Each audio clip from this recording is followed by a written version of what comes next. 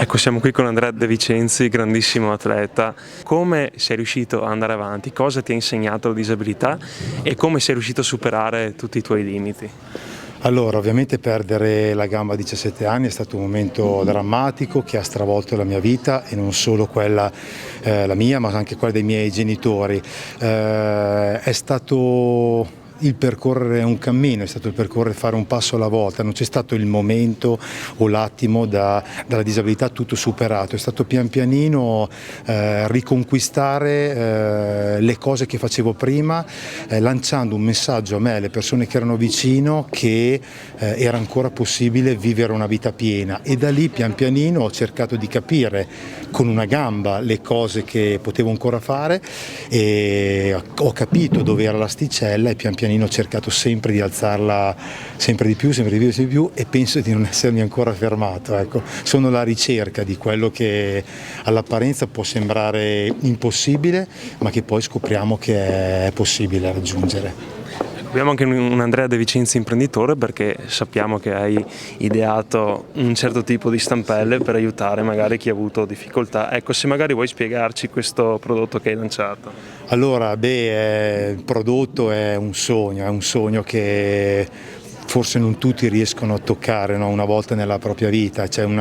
L'ho chiamata katana perché ha la forma di una spada, è il frutto dell'incidente, c'è il frutto di tanti sacrifici, c'è il frutto della rinuncia di indossare la protesi, tanti sacrifici durante i cammini eccetera, perciò ho cominciato a desiderare un prodotto che al mondo non avevano ancora pensato, perché mai nessuno ha pensato di dare un attrezzo confortevole, sicuro, performante e anche bello esteticamente alle persone che decidono di vivere con le stampelle. Ce ne sono veramente tanti, perciò ho cominciato a fare degli schizzi, poi ho cominciato, visto che mi piace sognare alto, ho cominciato a proporre il progetto a aziende leader nel mondo, ognuno nel proprio settore, ingegneristico, carbonio eccetera, e devo dire che tutti mi hanno aiutato, perché tutte mi hanno detto di sì, hanno messo le loro competenze, il loro tempo a disposizione e abbiamo creato un prodotto a mio avviso straordinario. A me ha cambiato la vita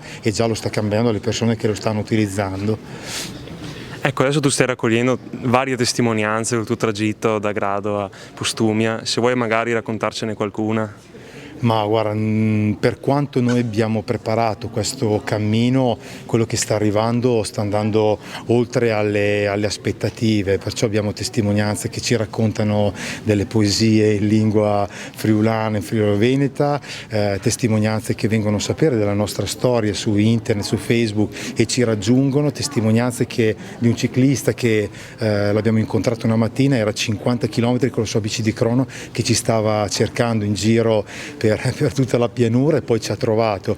Sono cose bellissime, perché questo cammino è un'impresa sportiva, perché comunque presenta delle difficoltà importanti, ma lo facciamo per far conoscere la Via Postumia, per far conoscere la nostra pianura e per raccogliere storie, perché anche stasera sentirete una storia, ma non sarà solo la mia storia, sentirete altre storie, perché sono state un elemento fondamentale, visto collegandomi anche alla domanda che mi facevi prima, per superare la mia disabilità. Ascoltare le storie delle persone, imparare anche ad ascoltare quello che ti dice le persone ti può veramente esserti utile, perché molte volte le persone ti raccontano un qualcosa che per loro è scontato, ma che dentro di te ne avevi un bisogno e ti può dare quegli input, quelle informazioni che ti portano a fare un passo successivo. Perciò un passo alla volta poi si raggiungono i nostri obiettivi. L'importante è non avere fretta di raggiungerli, perché magari rischi anche di bruciarli,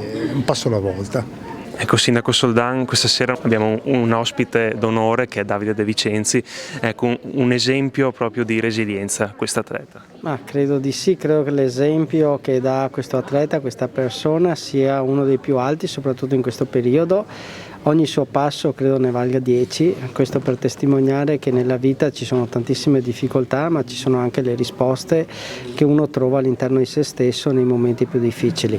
L'esempio che lui porterà questa sera alla comunità di Pieve di Soligo, e credo anche a quelle vicine, è proprio quella di una resilienza, di una resistenza e di una disponibilità nei confronti del prossimo che deve essere presa a esempio, soprattutto in questo periodo. Ecco, adesso la serie di eventi estate Piedi di Soligo sta per giungersi alla conclusione, si può già tirare le somme?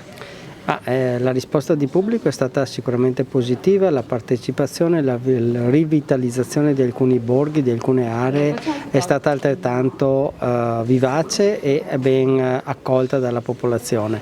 Si chiama estate e ci sarà anche autunno e inverno, quindi devo dire che non abbiamo demorso da quello che è l'impegno nel mantenere viva la cultura, nel dare la possibilità agli artisti e ai commercianti di poter anche esibire. Chiaro, non è stato facile in questo periodo trovare il gap e anche la soluzione corretta. Non ci siamo mai avviliti per le difficoltà e andiamo avanti su questa strada.